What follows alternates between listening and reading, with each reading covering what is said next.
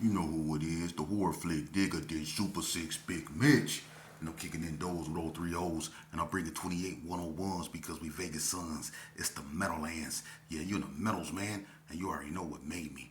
530. He from the desert. You know what made me. Welcome to Vegas Chronicles with the host, Big Hubba Dub, 22-inch gold, Dana Dane, Scrub. Nah, this plan.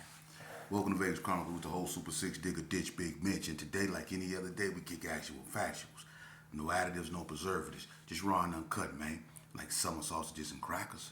That's the only way you gonna get that here. You know, but shout out to everybody that's been supporting my platform, man. I want to give a special shout out to Dante Spencer, man. I don't know if y'all know him, but he a good brother, man. Got a podcast. We did a video yesterday, man. I enjoyed it, him and his crew. Shout out to him, man. Giving Vegas his exposure, man. He a youngster doing positive things, man, and you know, a leader for the future youth. You know what I mean? And shout out to him, man. And hopefully one day we can do it again, man. And you know, bring positive messages to the people in Vegas and expose people that's not from Vegas to Vegas culture. You know, with that, moving on. Let's dive right in. You know, I try to correspond with my audience. They ask me questions. I try to answer them the best way I can, you know. And someone asked me if I knew anything about the 8th Street Hustlers. And yeah, I know a little bit about them, but I'm a little bit before their time. You know, when I left the streets, they came after that. But some of them came to the joint, and I got real cool with them, like Baldy, Grim, and a few more. You know, Slim from 60's, all them. You know, I know them cats. You know, not personally, but I know of them. You know, and they was about their business. Shout out to them. You know, there was a clique that was having a lot of money, man, and they was doing their thing. And you know, at one point they had 8th Street sold up. You know what I mean? So, shout out to them. Another question that was asked of me was, and it's interesting too. They asked me. They said, was the Rolling 60's ever in Bonanza Village? Look, Bonanza Village, you know, used to be Baby GQ's, just like Sydney Sue used to be Sydney Sue GQ's, and I think Sydney Sue became GQ's. I think what was his name?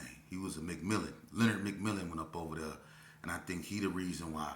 And I could be mistaken, but I think Leonard McMillan went up over there, and that's the reason why Sydney Sue became GQ's. Now I could be wrong, but that's my understanding.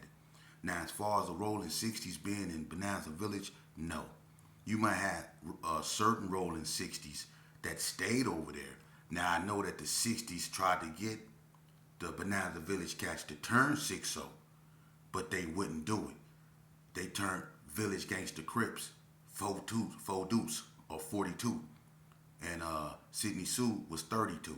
But they came together and they made 4 Trey Deuce. You know what I mean? That was their clique to offset the alliance the Brownie Boys had with the Gersons. But the Rolling 60's, to my knowledge, and I've been in the streets, and you know, a Gerson went to Bonanza Village and was with them when they came out, and his name was Bus Greg Rose. And Bus will tell you, wasn't no Rolling 60's over there at all, like that. You know, as far as hood wise. Now, you might have had some that stayed over there or frequent over there, but as far as that being a turf, no. Bonanza Village was never known for being Rolling 60 turf, not to my knowledge. That's inaccurate. Now, you might have some people that lived over there, and just because they lived over there, they felt that was their turf, but as a whole, I never known Bonanza Village to be 6-0 turf. No, not at all. 6-0's was in Sydney Sue, you know, and that was directly after they like left Carry Arms. They was up in Sydney Sue for a hot second, and then they went down to Rose Garden and took over that in Casa Rosa. You know, and they still was in Crip City. But as far as Bonanza Village, they never had a stronghold. The Rolling 60's never had a stronghold in Bonanza Village. Only 40 Block, Sydney Sue, Crip City, Carry Arms, Rose Garden, and Casa Rosa. Them the only places the 60's really had strongholds like that. Now, after me, when I left, I don't know where they migrated to and what they became. But them was the main spots that the 60's once had. But moving on. Another question that was asked to me, and it's kind of sentimental, man. I struggle with this a lot for people that know me, you know, and it was like, you know, what made me, you know, become, I guess you can say, the monster that I became in the street. What set me off to become the individual that I became, basically. And I'm gonna tell you something, man. I don't like talking about this because, I have trouble finding closure with this. But I know in order for me to heal completely and find closure, I'm gonna have to get this off my chest. Because to keep it in, it only stresses you. But I'm gonna tell you the honest to God truth, what happened to me. All right, and it happened when I was like, I was 13. I was 13 years old. I didn't already been to Elko, either once or twice. I was in juvenile at this particular time. But what happened is, you know, when I was coming up, man, my heartbeat, who I loved the most, was my grandma. I love both of my grandmas. My dad moms and my mom moms. But my mom's died. That was my heartbeat. She I loved her more than life itself. I love my grandma, man. Like I'm telling you, I just loved her, and she loved me. I was her oldest grandchild, you know, and we were so close, me and my grandma. And when I did wrong, she always found right in it. When I was frowning, she always found a way to make me smile. When my mama tried to whoop me, she wasn't having it. She let it be known that this my baby right here, and I felt the same way. That's my grandmama. Whenever I needed something and I felt a certain way, I ran to my grandmama. I laid in the bed with her and ate peanut brittle with her and all that. That was my heartbeat. So sweet. I love that lady. But she had a enlarged heart. And, a lot, my grandma been through a lot. I seen my grandma do some cold stuff, I'm going to be honest with you. I remember the Ace of Spades got into it with the police in the Gerson, and my grandma always been a rebel. She was always with the civil rights movement and all that old stuff, poor people pulling together and, fighting the system. So when the Ace of Spades got into it with the police, that's what they used to do. The Ace of Spades was known for that. So when they got into it with the police, they ran to my grandmama's house, a bunch of them. And I remember them coming in there with leather jackets on and all of those stuff. And, my granddaddy had a lot of rifles. He used to go in the desert and hunt jackrabbits. He had all kind of rifles. And they came to my grandma's house, a bunch of Ace of Spades. And my grandma, equipped them with what they needed. And I watched her do it, And they went over and they took, and they took one time to whoa. The Ace of Spades did that. And my grandma was right with it, And that's the type of person she was. She was the only person in the Gerson that could control my father. But my grandma had an enlarged heart, man, and I remember, she was going through a lot of stuff, and I didn't know the severity of it because I was in the streets, man. I wasn't paying attention to what I supposed to have been paying attention to, which was my grandma, who I loved so much. And I didn't know that the things that I was doing in them streets was really stressing her. All I knew is that when I got into trouble or something, she was there to fight for me. But I didn't know that the stuff I was doing was taking its toll on her. When I started, living with my grandmama, when I was 10 years old, I went to go live with my grandmama. I couldn't be in West Coast no more. They became Bloods, and they was beating up, jumping on all the Gersons that stayed over there, or if they felt anything had anything to do with Cripper, they was getting rid of it. So the West Coast Bloods was cleaning house. I had to go. I was a child. They wasn't gonna do nothing to me like that anyway. I was a kid. It gave me a pass. I went back to where I came from. And my grandma, I was with her. But I was over there in the Gerson. I was being a nuisance, and it was taking its toll on her. And I remember I went to juvenile. I'm gonna just get to it. I went to juvenile, man. And I was in a room with my cousin, House, me and him first cousin, Kevin Flemings. We was in a cell together. And I knew my grandma was in and out the hospital, but I just didn't know how serious it was. I knew she was getting sick, but the last time I talked to my grandma, she was like, Terrell, you're going to have to change. You're going to have to start doing good. You're going to have to be a big boy. I love you. And she just kept telling me she loved me and she loved me. And she wouldn't stop saying she loved me. And I was like, I love you too, Grandma. But I'm thinking like, wow, did you just go sit on the phone and just say you love me? I'm not knowing that she was saying goodbye to me. And I was a youngster. I didn't catch on. So when I went back in my room, they called me out later on that night after everybody was locked down. I get called out the room. I get on the phone, and I remember my auntie Sylvie said, "She gone, Terrell."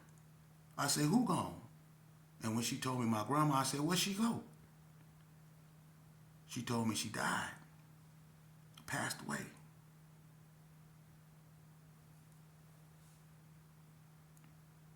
I'm gonna tell you something.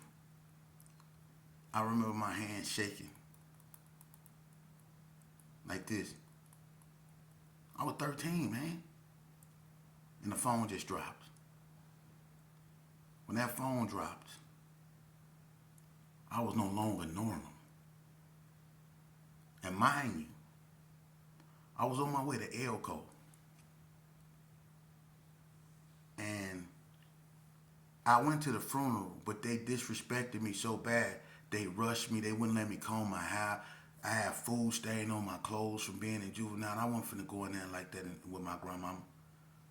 So I wouldn't go. I was bitter. So you know what? I went to Elko, but when I went to Elko, I wasn't ashamed, Terrell. That staff from Elko knew. They seen the change in me. I went up there, and I was nothing but pure, unadulterated rage. I was up there, look, I was up there putting in work. This when I was up there beating up a lot of people. I broke this cat named Antonio, his name Antonio Fisher, something like that. He from Sydney, Sioux. I broke his jaw over a Pac-Man game. In Indian Dorm. Kiki Loke from Rolling 50's just came up there. He went up there a day. He was still sitting on the couch. He didn't even get put in state clothes or nothing. And I fired on him. And look, I had all this broke. For real. Over Pac-Man. I was snapping, man. Cause of my, and I didn't know that, it hurt me like that. I was snapping. I'm gonna tell you something. When I got out, I was so bad in Elko. I'm serious. Mr. Watson, I was so bad. He felt that I was gonna do something that was gonna get me sent away from there for good. This is when they started coming up with the Tennessee concepts and sending people to Tennessee because of people like me. I was so bad. And I was bad because my grandma was gone, man. I was hurt. But I'm gonna tell you something. These people, I was so bad, they let me out to get rid of me. Because I was never level 2 or level 1. And you can't go home unless you level 2 or level 1. I was level 3 and level 4 and was comfortable with it. For real. So what happened to me is I got out. And when I got out and I went home, the same house my grandma was in, it was like I could still feel her presence, but she was gone. And I couldn't be there. So I wasn't there, man. I got right back into drugs. I went right on 40 block on Laurie, started smoking water. I just got out. I was on that water. I was gone. And I'm gonna tell you, Vegas Chronicles. I never talk about this, but I'm gonna get it off my chest, because like I say, I'm an open book. I'm gonna tell you what happened to me. This is when my reign became. When I started doing things that people was like, something wrong with this dude. It all started on this day. I had a childhood friend that moved to California. His name was Vernon. He had a brother named Greg. They became Lil Spicy and BG from Pimp Player, Hustler, Gangsta Crimps. That PPHG thing in San Bernardino. They became known reputables from out there. But they used to always come back to Vegas. And they always... when Lil Spicy or Vernon come out here, he always throw up the K, even though he went out there and became a Crip, he always come back to Vegas and he get up, So we never looked at him different. On this particular day, my grandma she moved in Jacobson Circle, and his grandma stayed in Jacobson Circle, right in the middle. So on this day, he came out here. And me and him, we started kicking it. I ain't seen him in a long time, and it kind of took my mind off what I was going through. But him being from California, he was already turned up and with whatever. So what I did is I used to go to the Connie Club and Night Train. He was the owner of the Connie Club. He used to give me whatever I want. And one day I put in some work and I had a 32, and I went up there and I took it to him and I said, I need you to get rid of it. We call them throwaways. And he gave me a double barrel, a 12 gauge double barrel. You know, y'all know what a double barrel is. He gave me one of those. I didn't want that because it only shot 2 times, but it was a gauge, and I was like, okay, cool. And it was about it was real short. You know what I mean? So he gave me that, right? So I got this big old double barrel, and Little Spicy, you know, he came out here. He had a thing. So me and him used to be walking around.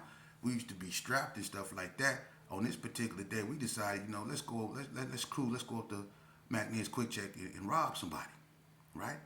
So we go up there, and we standing on the side, and we looking, you know, peeping, and, you know, just trying to get a victim or something. Wasn't nobody really coming up there but females, you know. And you know, at that time I was willing to do whatever, but he wasn't trying to ride no females. He wanted to get somebody, you know. So I was like, well, let's go to the Cotton Club. So we go across the street. It was me, him, and it was another dude. And I don't want to mention this cat his name because he bad business, man. He went foul, and yeah, I'm not gonna talk about that. But when I tell this story, he know who he is, and but anyway, so we go to the Connie Club, right? Now I got this double barrel. Now I always, you know, when I go to the Connie Club, you know, I used to, you know, rob a lot of people, but I stopped doing that because it was messing up night train business. You know, so I was kind of half-hearted with that move right there. I didn't really want to do that, but we just went up there to scope the scenery. So I told them, I said, hey, check this out. I know where we can go. They were like, well, I said, let's go to Sugar Hill. You know, we could catch somebody over there, even though it don't be nothing like a lot of bums and stuff over there, you know. But I didn't care. I was wanting to rob somebody. I really wanted to hurt somebody. But I just wanted to, you know, just do something. So we go over there, right? And we go around, you know, it's up the street from the Cotton Club on the corner. So when we go over there, I go inside and I buy me a little bottle of Purple Passion, right? Y'all remember that Purple Passion, that drink? I buy me a bottle of that. I come out. I'm looking around. This bunch of winos and, you know, old, you know, street walking women and stuff like that up around there. It ain't no dude. You got some dudes that look like, you know, some broke, you know what I'm saying, fake, you know what I'm saying, PIMPs, you know what I mean, and stuff like that out there. But nobody out there look like they got no serious money. Now remember I told you I was with a slep rock, right? A buster, a straight hook, right? This cat right here, look what this moron do. When I come out the store, instead of, you know, him waiting, we trying to see, you know, who out here worth robbing. You know, because this bunch of winos, ain't nobody out here got nothing. You know what I'm saying? A bunch of winos and stuff, street walkers, and everybody out here look like they doing bad. You know what I mean? So this cat right here, I guess he tried to take one of the winos' drinks. He came up out of there with him a fresh thing of Thunderbird, you know what I mean? He go try to take that from the dude, right? So that dude wasn't letting that bottle go, right? So they over there, he got to struggling with the dude, and it turned into something that I didn't expect it to. That dude was fighting back. He went up in the dude's pockets and all that, pushed the dude against the wall. And I'm like, this dude a wino, that dude ain't got nothing. But when he tried to take that Thunderbird, man, that bum fired on his. Look, they got the scrapping up over there. They both holding the bottle. They hitting that bum was hitting them back. I had to take the thing out. I drew down on him. You know, Little Spicy, he didn't pull out. He just watching. It's funny to him because that hobo was whooping his move. That hobo was hitting him in the same spot like I got beat up and carried on when I tried to ride that old man. That hobo was beating the brakes off him up over there, right? So I pull a double barrel out, right? I pointed at the dude. That hobo ain't even look at me when I point that double barrel at him. He was looking at that wine. He wasn't letting that wine go. He didn't care what we did, right? So look what I do. I cocked it back. And I'm like, I don't want to, you know, pop the dude I'm with. You know what I'm saying? So I tell, you know, the hobo, let him go. Let him go. Let him go, right? You know, hoping the hobo look at me, see what I got, and just let the bottle go, because it's not worth all this. We drawing attention to ourselves. When I pulled that thing out, people screaming. So it's happening so fast, right? So I aim it at his leg. I say, let it go. Let it go. And he wouldn't. So I said, boom, boom. And I swear to God, man, I still had nightmares about this. His leg, like from the bottom of his knee, I swear it looked like it just tipped it over, and he would start hopping, and his leg was like It was gruesome, man. It was gruesome. It was hanging. It was gruesome, man. I swear to God. And this dude that was fighting, right, men, Lil Spicy, we broke up the street toward the County Club. I threw the gauge, the double barrel, on top of the Cottony Club, and we went inside for a minute. The cat we was with that was fighting with the dude over the bottle, he ran up the street down Miller, the opposite way, like running toward Valley View, like going down. I'm like, what the hell? You know what I'm saying? That's why I say this dude a straight hook. You know what I mean? So we go up in the County Club. I'm like, damn, I'm realizing what I did, and it's funny to me. That's when I knew I was really messed up. You know, it was funny to me. I was like, hee hee ha ha ha. But Lil Spicy was like, he was panicking. You know, we get up out of there. He didn't want to stay up in the County Club, you know. So we leave the County Club. You know, one time you can hear him coming. We run across the street, run through the desert. We run all the way through the desert, and we right back at Jacobson Circle. I go in the house. I go change clothes. He said he going to change clothes. This cat went, got his duffel bag, and went and left Vegas. I ain't seen Lil Spicy since. And this was back in the late 80s. I ain't seen Spicy since. He been gone. You know, but that moment right then and there was the moment I knew that, you know, I was a changed individual. Because after that, I started doing horrific stuff, man, and I'm not proud of it at all, man. It still haunt me to this day. But it was because my grandmama died, man. And I'm going to tell you something. You know, for a long time, I had animosity toward my father because she begged him to come get me. She begged him to come get me. And he said he was, but he never did. So I was taken in by bread. He took me in, you know. And he was like a big brother to me, you know. And, you know, you could say he taught me bad things or whatever, but he kept me alive. He fed me when I was hungry. He fought the battles I couldn't fight. He disciplined me when I got out of line.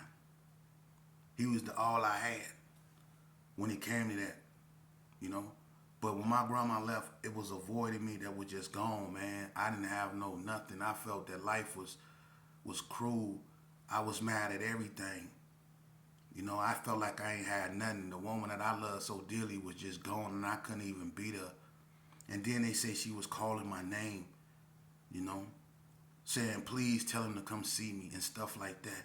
When they told me that, they just didn't know, man. I was hurt so bad, and I wanted to take it out on somebody, and I chose society. And that's why I became a monster. That's not an excuse, but it's the truth. A lot of people wonder why, you know, us little youngsters, brown and black boys that come up out these projects or these impoverished communities, why we behave like that. And it don't be because we brought up a certain way. Yeah, I was brought up, you know, unusual, but I still had a choice. I knew right from wrong. You know, I was gangbanging at an early age because of who my father was. You know, but when my grandma left, that changed me. I don't think nothing could change me. You know, when Elle got unalived from the Gerson, my grandma was still alive. And as mad as I was at that happening, I was still, you know, I still had compassion and empathy. It was certain things I didn't do. But when my grandma died, everybody and everything was fair game. Everybody. Because I felt like I ain't have nothing. I ain't have nothing to lose. I ain't had nothing to live for. I ain't have nothing. So I became a monster. That's what happened to me. For real.